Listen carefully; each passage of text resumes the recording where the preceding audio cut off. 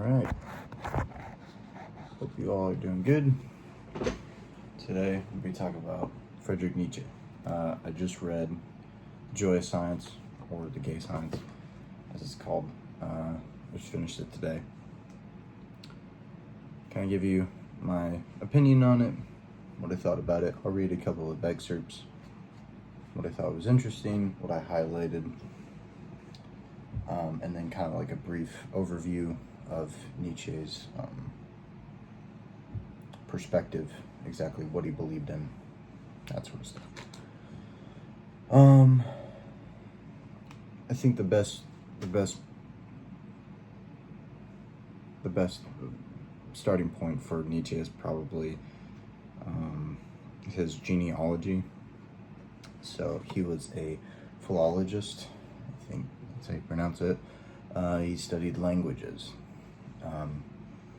And in the genealogy of morals, the dominating belief was Christianity in the European center of the world, and he believed that it was falling out of fashion. And what he says in the genealogy is that the way that Greeks used to live their lives was based on the good and bad, yes, on good and evil, but it was based on the strong, the excellence, right? Yes, courage and temperance and wisdom and these sorts of things, but it was more based on power, like your ability to assert yourself more in the world than not, right? Your ability to exalt yourself was a virtue. The ability to, might is right, to tough things out, was seen as a virtuous thing. And so what he says is that within the Christian dogma of during Roman persecution, that Jewish people, and before that, hadn't liked this dynamic of ethics, right, of virtues, of asserting yourself within this dominance, and he creates this thing called the master and the slave dynamic, and he believed that the slaves were collectivized, they were subject to the will of the masters, and the way that the slaves can revolt is by demonizing and shaming the masters, right? By saying that they are immoral because they do not recognize them as individuals, that they don't have as much power, that they don't deserve as much power.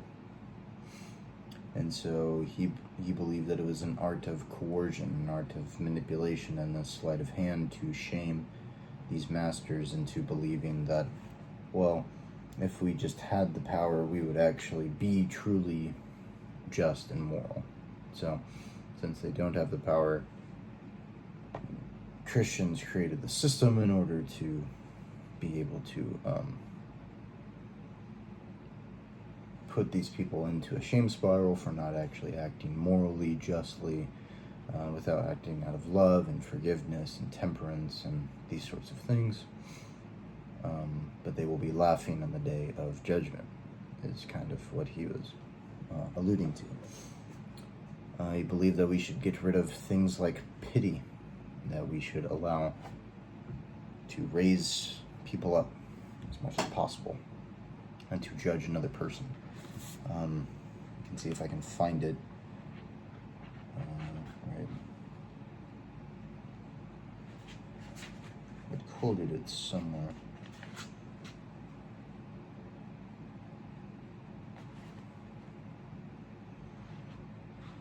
Sorry if I can't find it.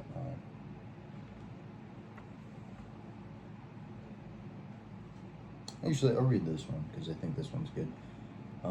This kind of ties in well with Nietzsche's philosophy. Egoism is the law of perspective for our sensibilities, according which things close at hand seem large and important, while at a greater distance everything seems to diminish in size and importance. this last one was good too. Everything in nature and history, which is my sort of thing, speaks to me, praises me, urges me on, and comforts me. Other things I either do not hear or immediately forget. We are always only in our own company. Nietzsche is trying to build the individual. He's trying to raise him up as much as possible. His perspectivism, his egoistic sort of mindset, puffing out the individual as much as humanly possible,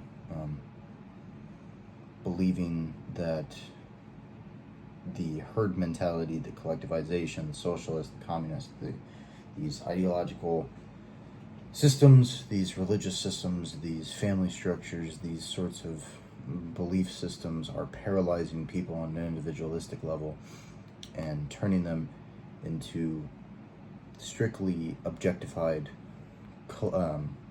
individuals. It's kind of similar to with Baudrillard, where Baudrillard is saying that everyone is then creating these fragmented pockets of reality by believing that this is strictly what to believe.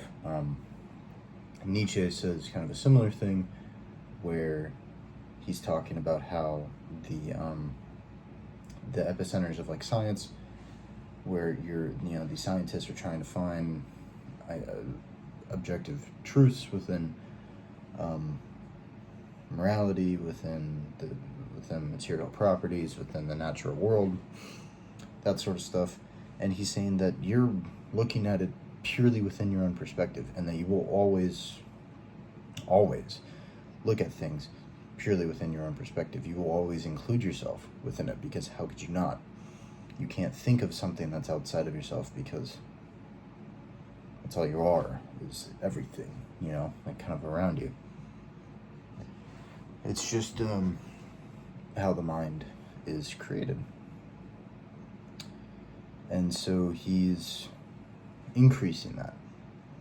His ideas of the Übermensch, which are kind of met within this book, but are mainly fleshed out within Thus Spoke Zarathustra, which is kind of a tie within Christianity. It's a different form of a religious taking. He is the final boss of blasphemy, that is for sure. And so basically what he's saying with this Superman, with this Übermensch, is raising individuals to a degree where they can essentially create their own morals, create their own values, believe in something purely for themselves. He says that you should not follow me, but you should follow, to be a Nietzschean is not to follow him, essentially, is what he says. To carve your own path, to create your own path, to create your own morals, their own meanings. That's why he's often regarded as an existentialist as well, since existentialists are worried about creating their own meanings. He wrote that God is dead, that the morals of Christianity, the morals of other religions, were created gods, and through that creation, life has not been reflecting it, and so through it not reflecting it, we should then create other things and hope that it meets that individualistic worldview more, not creating collectivized echo chambers. Now, he doesn't really state exactly how this would necessarily help, since any perspective could be simply added into the field of perspectives and can destroy other people's lives. But I don't think he necessarily believes that, but it's also up for debate, because sometimes then it shows kind of that master and slave dynamic, that only the few will actually truly embrace this identity of individuality, which the individuals will then oppress over the slaves, or the slaves will create this collectivization where it tries to conform these individuals into believing. So, yeah, there's that. He believed that the instincts that we were allowing for too much reason, not that he is disagreeing against reason, but that we had tried to intellectualize and reason the nature of reality, and have further destroyed ourselves within our own instincts, not trusting our own instincts, believing that our instincts are problematic and that reason is the only way of knowledge, right? Intrinsically knowing something, intuitively knowing something, into your core, right? He doesn't necessarily believe in an essence, but you can kind of think of it in that way. So rather than constantly examining things, examine things by being things, right? By being the music, by being the writer, by being the philosopher, by being the poet, by being a teacher, right? You are becoming these things. Those attributes are kind of becoming you.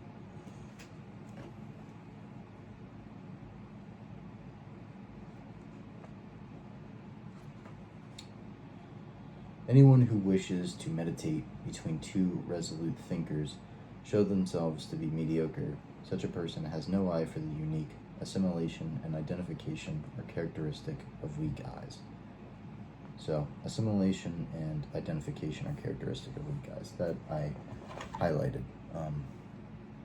Assimilating yourself, conforming, identifying as a specific group, as a specific way, loses your meaning, loses your individuality. And I think when it comes to movements of revolutionary scale, right, it can be very helpful to be a revolutionary, to want to create new ideas, to want to help people, to be altruistic, to benefit other people. But these collectivized movements often result in the loss of the individual, the loss of autonomy, and the furthering into heteronomy. And we've definitely seen that within political circles. We've seen that within just basic institutions or religious circles and things like that. Not being allowed to think for yourself, and it's tough to say whether or not we ever do really think of ourselves, other than just the experiences that we experience, and everyone does have a different perspective of what the nature of reality genuinely means. And so yes, we can collectivize some of here and some of there and some of this and some of that in order to maybe figure out exactly how everything operates, but I don't think that we ever will. I don't think Nietzsche ever thought that we ever will, that all of us will be able to come together and have a different piece of the same congruent puzzle, that is the humanity, the human problem. Because Nietzsche did not believe in another world, he believed in this world. He did not believe in a God, he believed in this world only. Dealing into pain, one of his biggest things that I carry with me within this book is the embracing of pain. He wants you to embrace as much pain as possible, because he thinks that the pain that is tied with the very nature of reality is the way that you will be free, in a sense. That the increasing of pain will increase the purpose, right? He says that there are two kinds of suffering in the world. There is suffering of the hopelessness and just the burden of existence, and then there is the suffering of striving, right? It's like the suffering of pushing the boulder, of imagining Sisyphus being happy. That is the suffering, but it seems to be a purposeful suffering, because at least you are, like the pain is your purpose. The pain is your exalting.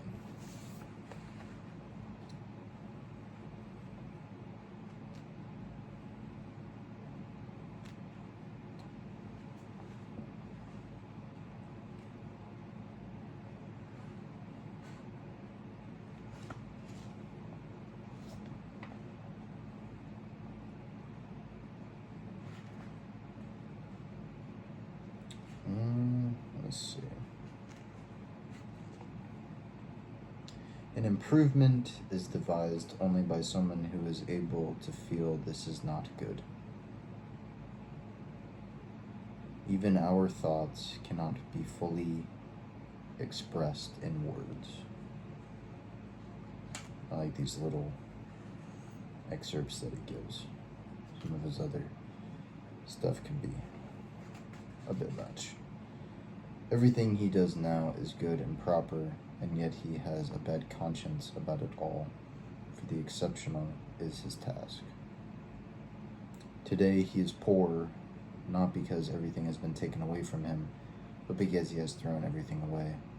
It doesn't matter to him, he is accustomed to finding things. It is the poor who misunderstand his voluntary poverty. So that's a very cynic kind of way. It's kind of like a Diogenes perspective.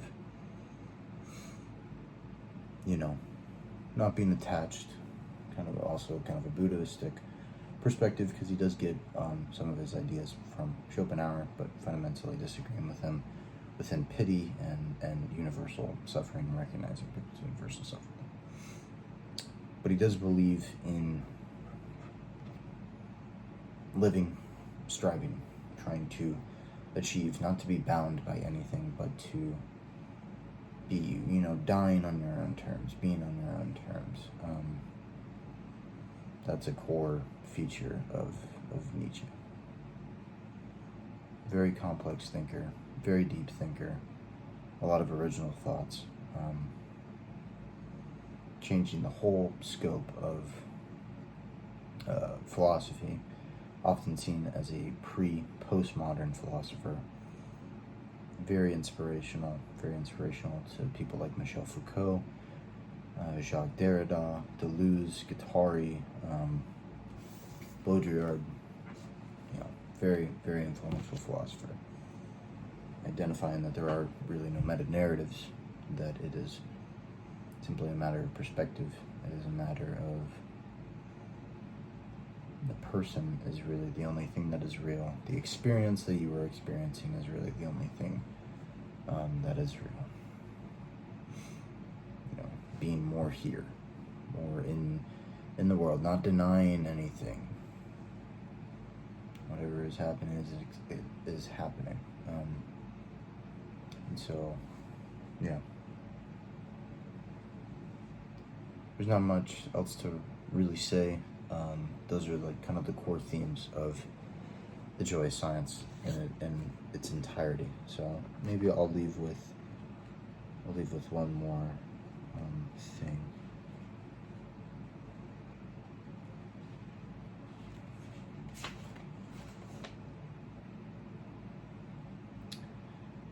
To find everything deep is an inconvenient quality. It makes us constantly strain our eyes, and in the end, we always find more than we wish.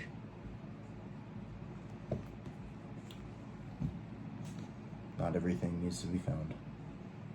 Sometimes it is merely okay just to be with it, and that is enough. Remember that you are a being. Remember that you can be present with something. Don't think so much about ruining a moment. Be with the moment. Feel the moment. Experience it with your body, with your mind, with everything. Play full out. Use the set of cards that are in your hand. Make do with what you have. Strive. Improve. And if you feel that you were right, then do what you feel is right. And if it was wrong, then take responsibility for it being wrong. Learn, grow, change, suffer. Get out of your house. Deal with things. Experience. So, yeah. Recommend. It's a good read. Give it a 4 out of 5. Pretty good. Not bad. I don't really know what else I'm going to read. Right now I'm reading 1984. I'm going to read a couple other books that I have planned. So I might make videos on those too. But hope you guys are having a good one. I hope you guys enjoyed the video. If you did, make sure to leave a like, subscribe, and I will talk to you all later.